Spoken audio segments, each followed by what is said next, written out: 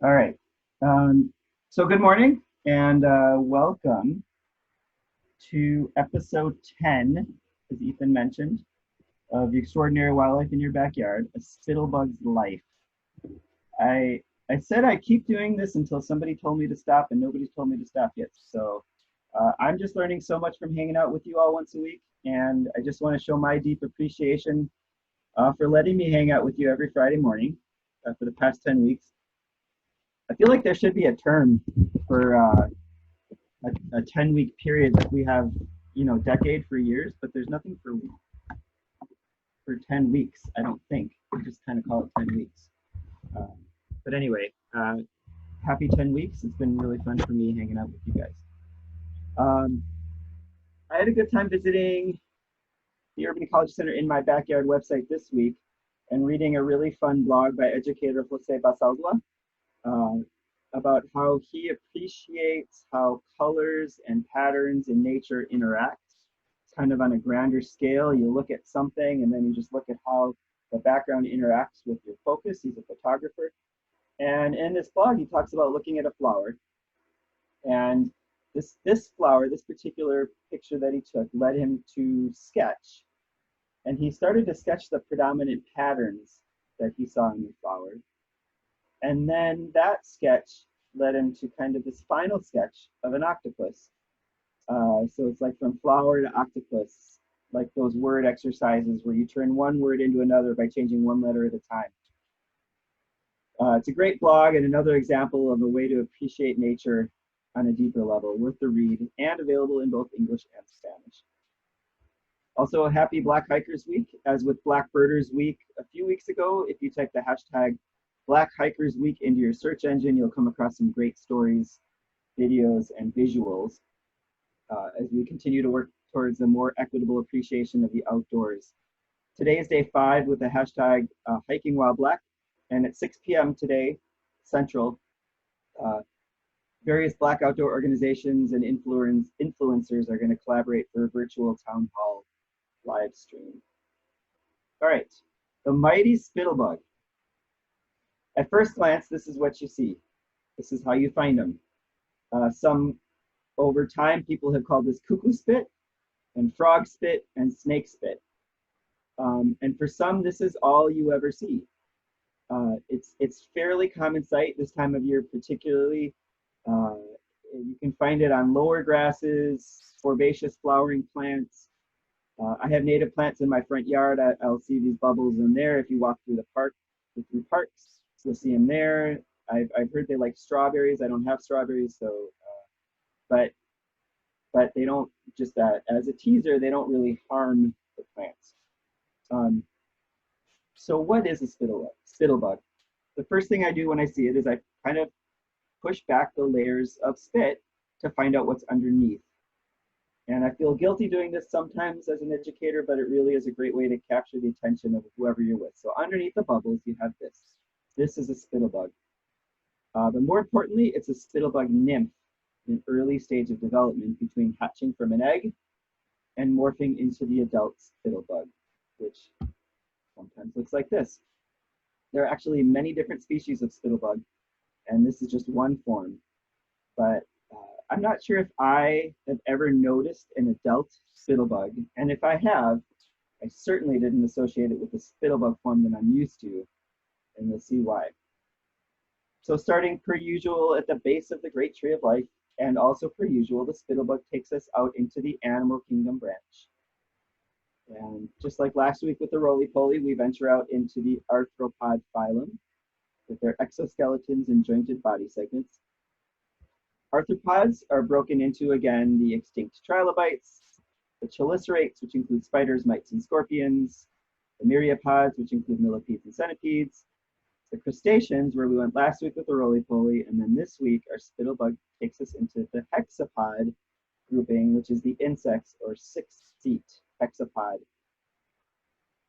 which brings us to class. And the insect class, Insecta, is the largest class of arthropods and the most diverse group of animals on the planet. They have 3 body parts: a head, a thorax, and an abdomen. If you've ever learned the song Head, Shoulders, Knees, and Toes, It also works very well to sing head, thorax, abdomen. And insects have 6 legs or 3 pairs of jointed legs at some point in their life, compound eyes, and 1 pair of antennae. There are more than 1 million described insect species, which represents half of all known living organisms. And estimates for the total number of living insect species ranges from 6 to 10 million, which potentially represents over 90% of all animal life on Earth. And John Bales will tell you that the largest group of insects are the beetles. Most insects are terrestrial, often developing in freshwater, whereas most marine invertebrates are represented by the crustaceans that we discussed last week, like crabs, shrimps, and lobsters. Insects seem like an impossible group to get a handle on because with so many species, classification can feel overwhelming. So with birds, for example, depending on where you are, you're not likely to see more than 100 species in a given year in your backyard. For some of you, you will get over that, but for most of us, we won't. So to really know the birds in your backyard, you really need to focus on a few dozen species like Maryland's Baltimore Oriole. With insects, however, I suggest familiarizing yourself first with the various orders of insects. There are 24 orders, and I don't suggest going to memorize all of these, but I would suggest learning some of the more common orders. And so, I don't know, if you can try to learn 10 orders of insects before next week's class, that would be a good goal. Because if you start to learn the characteristics of each order, then insect identification starts to feel a little more manageable. And you can start looking further down into family, and in some occasions into species. Spittlebugs, by the way, are in the order HemiPTERA, which according to this Insects Uncensored Charts has the tagline, "Suck it," which we'll soon see has to do with this group's sucking mouth parts. Sometimes it sucks on plants, sometimes it sucks on other animals. The one thing you'll find common is that many of the orders end in PTERA, which is Greek for wing.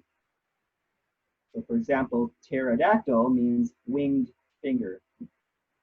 So if we start to go through some of these groups, ColeoPTERA means sheathed wing, referring to the hardened shield-like forewings that they have. And one characteristic is that the wings, the hard forewings come together to form a line down the middle of the back. And in order to fly, they have to move those forewings out of the way so that their flying wings can come out. They're not the best of flyers, but they certainly surprise you when those wings come out, like in a ladybird beetle, and they start flying away. Then you have groups like DIPTERA, which means 2 wings, which distinguishes flies from most other groups that have 4 wings or 2 pairs of wings. And if you're saying, but Tim, this is a wasp, this actually is a fly. It's a fly that is mimicking a wasp for its own protection, because things that don't want to come near a wasp are not going to come by this harmless fly. And here's a real wasp. And now you might be saying, but wait a second, if this is a wasp, how come it only has 2 wings like a fly? And the answer here can be found in its name, HymenoPTERA. There's a little bit of debate about this, but the Greek god of marriage is called Hymen. And so in this case, it likely means married wings, as the hind wings and the forewings are connected through a series of hooks when they fly. So what appears to be 1 wing are really married wings, the both wings are together.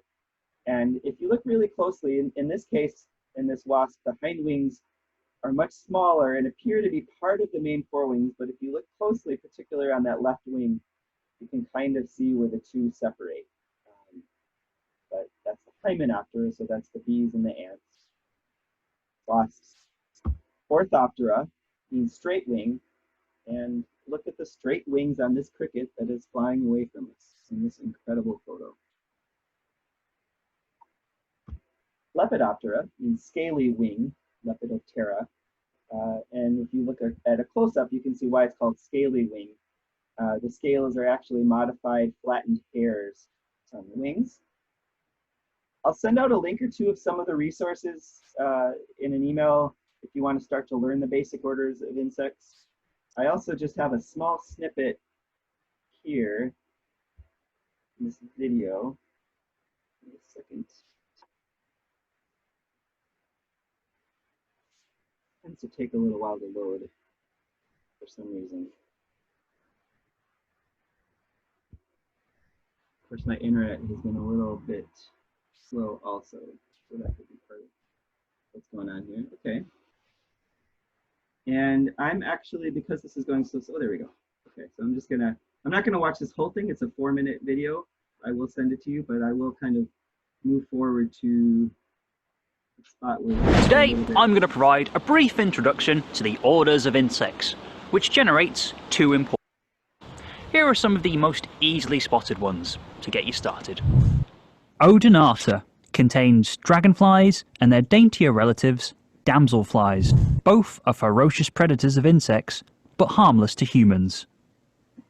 OrthoPTERA, grasshoppers and crickets, famous for their ability to make noises through stridulation, the process of rubbing parts of their body together. ISOPTERA, termites, famous for their ability to eat wood, which they can only digest with the help of special bacteria living in their stomachs. Also, one of only 2 orders in which social behaviour is found. HemiPTERA, true bugs. In science, the term bug refers to a specific type of insect, those with piercing mouthparts used for sucking insect and plant juices. ColeoPTERA, beetles. The most obvious features are the hard wing cases, or elytra, that meet in a neat line down the beetle's back. DIPTERA, flies. Includes hoverflies, which mimic bees and wasps for protection. LepidoPTERA, butterflies and moths. Well, you probably all know what they are, and the difference between a moth and a butterfly? There's no easy answer, but I'm sure a future episode will have fun trying to find one. HymenoPTERA, the second order to contain examples of social behaviour. HymenoPTERA contains bees, wasps, and ants.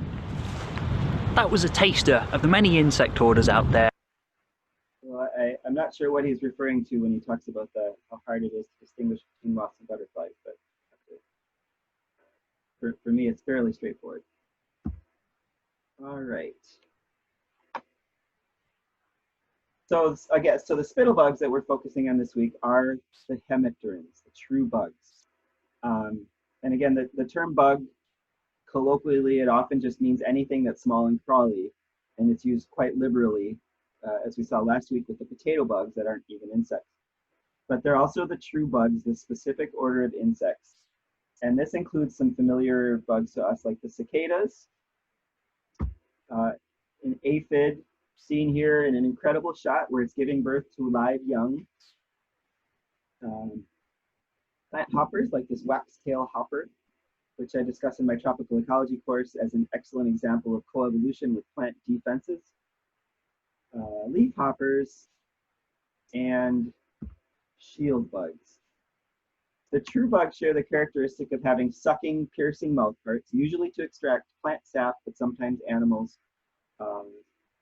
And for example, in the cicada, you may have heard that many cicadas spend their nymph stage underground attached to tree roots, and they're sucking into the tree root. If we look closely at the shield bug, we see 2 interesting characteristics that help identify hemipterans. Whoa, not sure what just happened. Here we go. Luckily, we're back. Pardon that. Let's see, it should be right up here. It wouldn't be a true course if I didn't have at least one glitch. And I do want to enable external content. All right. So if the name HemiPTERA means half wing, so like hemisphere is half a sphere, HemiPTERA is half a wing, and this name comes about because only half of the forewing is hardened. Like in the beetle's forewing, the whole thing is hardened. In the hemipteran, only half of it is hardened, and the other half is membranous, like a wasp, hence the name half wing. Another good way to identify many hemipterans is that there's the wings, unlike the ColeoPTERA, where the wings meet in a straight line, in the HemiPTERA, the wings cross in the back, and they form kind of that X pattern. So That's one of the better ways to identify hemipterans that have wings. Not all of them do. Your word of the day is Hemimetabolous. And insects that are Hemimetabolous undergo incomplete metamorphosis. So in this case, like if you think of a caterpillar that goes from egg to larva, there is no larval stage, and they go directly to this nymph stage, which is like a small version of the adult, but still a little bit different.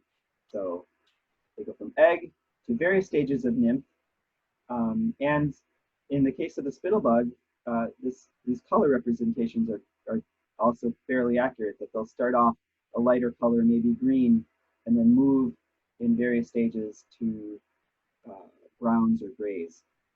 And then the adult can look very, very different. Hemipterans also have a long history with humans, primarily as an agricultural pest, because they feed directly on plants, and sometimes they'll also transmit plant diseases. So you're likely familiar with a bug that lives in infamy in this group, but also has an amazing natural history, the bed bug. That's a hemipteran. And you may also experience the occasional invasion in your house of another introduced hemipteran, the stink bug. I'm usually good with letting insects be in my house or capturing them and releasing them outside unharmed. I do that a lot with my kids, but in the case of the stink bug, it's probably better to take care of them early before they become a problem. So it's one of the few insects that I don't release into my backyard because they are an invasive species, and so for me, the most humane way I can think of getting rid of them is flushing them down the toilet. Maybe there's a better way. You definitely don't want to squash them or mess with them and then experience firsthand why they're called stink bugs. But before I flush them, I do take a look at that marvelous wing pattern, the Hemipterous wing pattern, the X in the back, and then the little membranous parts of their wings that are sticking out the back. The term spittlebug actually covers quite a few families of insects under the umbrella of a superfamily, the Cercopoidea, which initially was one family, but now has been split into 3 families. So I'm not going to venture further down into the details of this phylogeny of the tree. And interestingly, we as humans divide this group of insects by their life forms. So we call the plant-sucking nymphs spittlebugs after that protective casing. But then we call the adult forms an entirely different name, the froghoppers. And we call them froghoppers due to their ability to jump many times their height and length. And at first I thought this was kind of strange that we have 2 different names for the same animal, but then I remembered, well, we do this for caterpillars and butterflies too, so I guess it's not that uncommon. So let's look at these stages individually. In the young nymphal stage, spittlebugs produce this cover that resembles saliva. So they're first born, the eggs are laid in the leaf litter, and that's how they survive the winter. They survive winter as eggs down in the leaf litter. And then when they hatch in an early stage of the nymph, they usually tap into the base of a plant and start sucking the juices. The saliva is actually made up of a foamed up plant sap. And to understand that a little bit better, here's a quick botany refresher.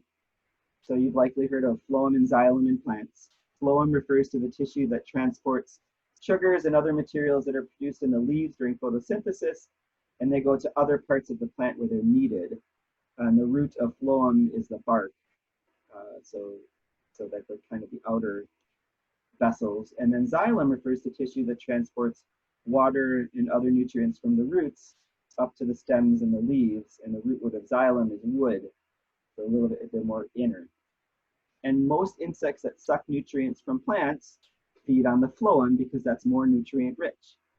But spittlebugs take a different strategy. They feed on the xylem, which is super diluted.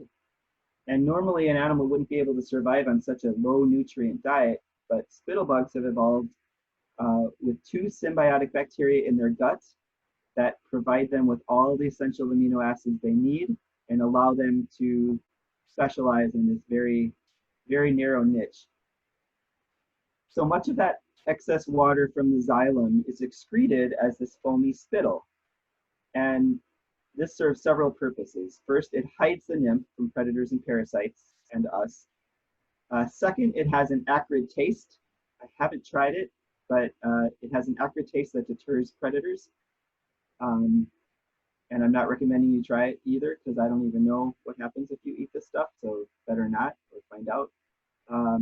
Third, it provides insulation from both heat and cold. And then finally, like with the roly-poly last week, the nymph needs moisture, and so this protective bubble foam provides moisture, without which it would dry up quickly. The process of doing this does very little to damage the plants. But as I said earlier, some species are pests because of their ability to spread diseases from plant to plant.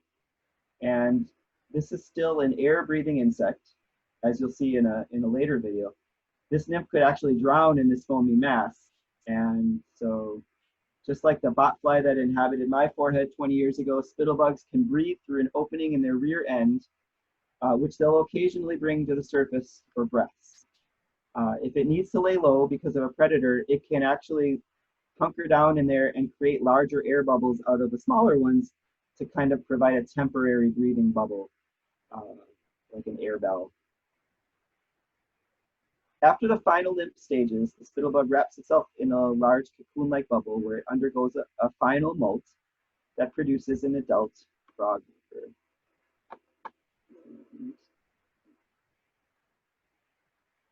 Once again, my internet is being slow. So we're going to see this, and maybe while we're waiting for this, there we go. So the adult froghopper, again, looks very different. They jump from plant to plant, hence the name froghopper. And ounce per ounce, or probably better to say milligram per milligram, the jump of a froghopper is quite a bit more impressive than the jump of a flea.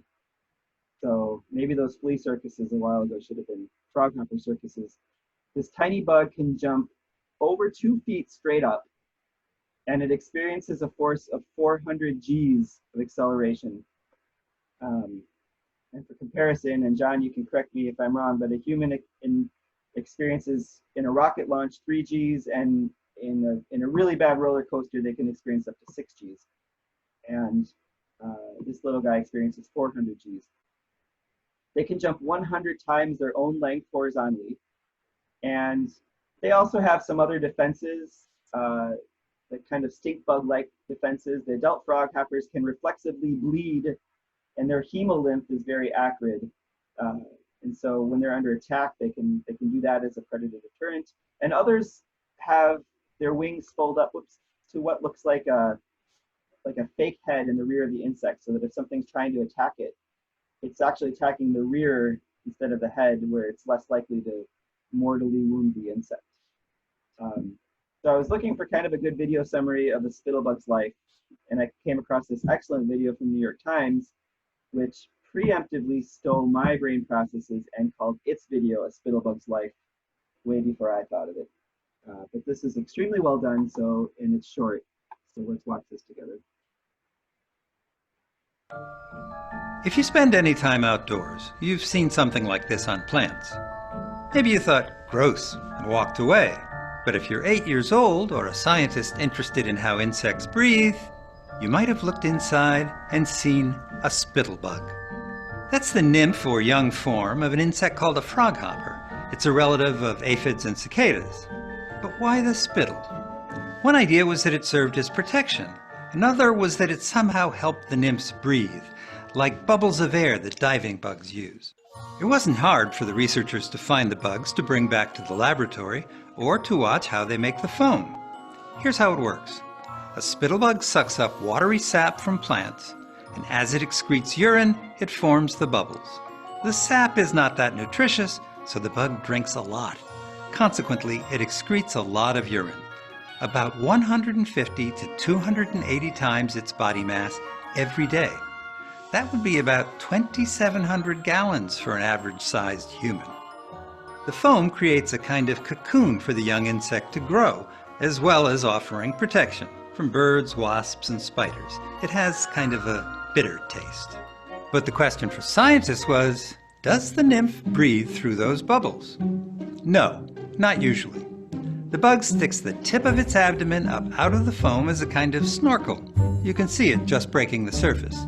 Measurements of carbon dioxide in the bug's environment and oxygen in the bubbles show that it is breathing while it's snorkeling. However, if it's threatened, it sinks down in the bubbles. It doesn't stay there long unless it has to. Then, it pops smaller bubbles to form a larger one that it can breathe through, like an emergency air supply. Then, once the coast is clear, the spittlebug can re-emerge. Eventually, the nymph forms one big bubble, hides inside it, and undergoes a transformation to its adult form. But without its bubble home, what does it do about predators? Well, it's a frog hopper. It hops. Boy, does it hop.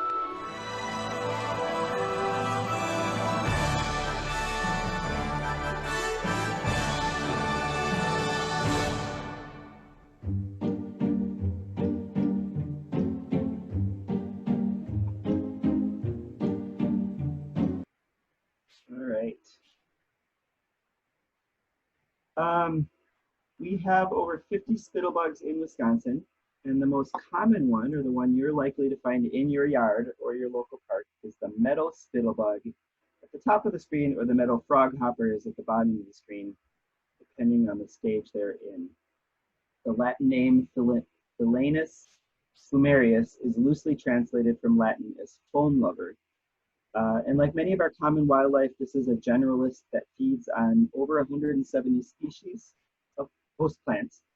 And it too was introduced in North America from its native range of Europe, Asia, and North Africa. It's also a carrier of the bacteria that's responsible for something called Pierce's disease in plants, which can be particularly devastating for olive trees in the Mediterranean. But even in this one species, the adults have about 20 different color morphs. Usually they're kind of a patchy yellow, brown, or black. And as I mentioned before, the spittlebug nymphs also change colors, starting off green and then turning brown or gray. In addition to being excellent jumpers, like most frog hoppers, the meadow spittlebug usually will run or fly, and it saves the jumps for when it's needed most, because as you can see in the video, the jump is impressive, but it seems fairly explosive and probably doesn't really know where it's going to be going.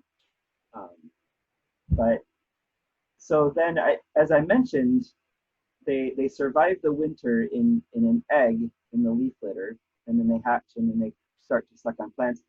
As the season moves along, so they emerge in late April or early May from their eggs.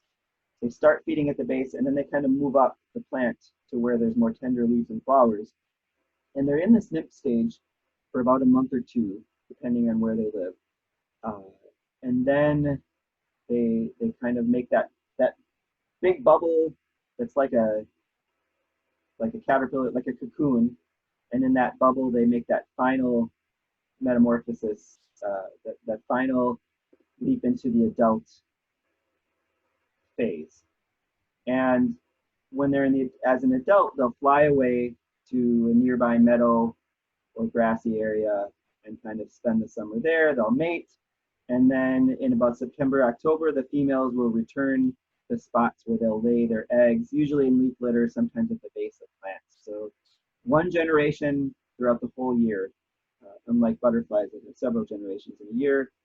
They overwinter as eggs, they hatch the next spring, and the whole process starts over again.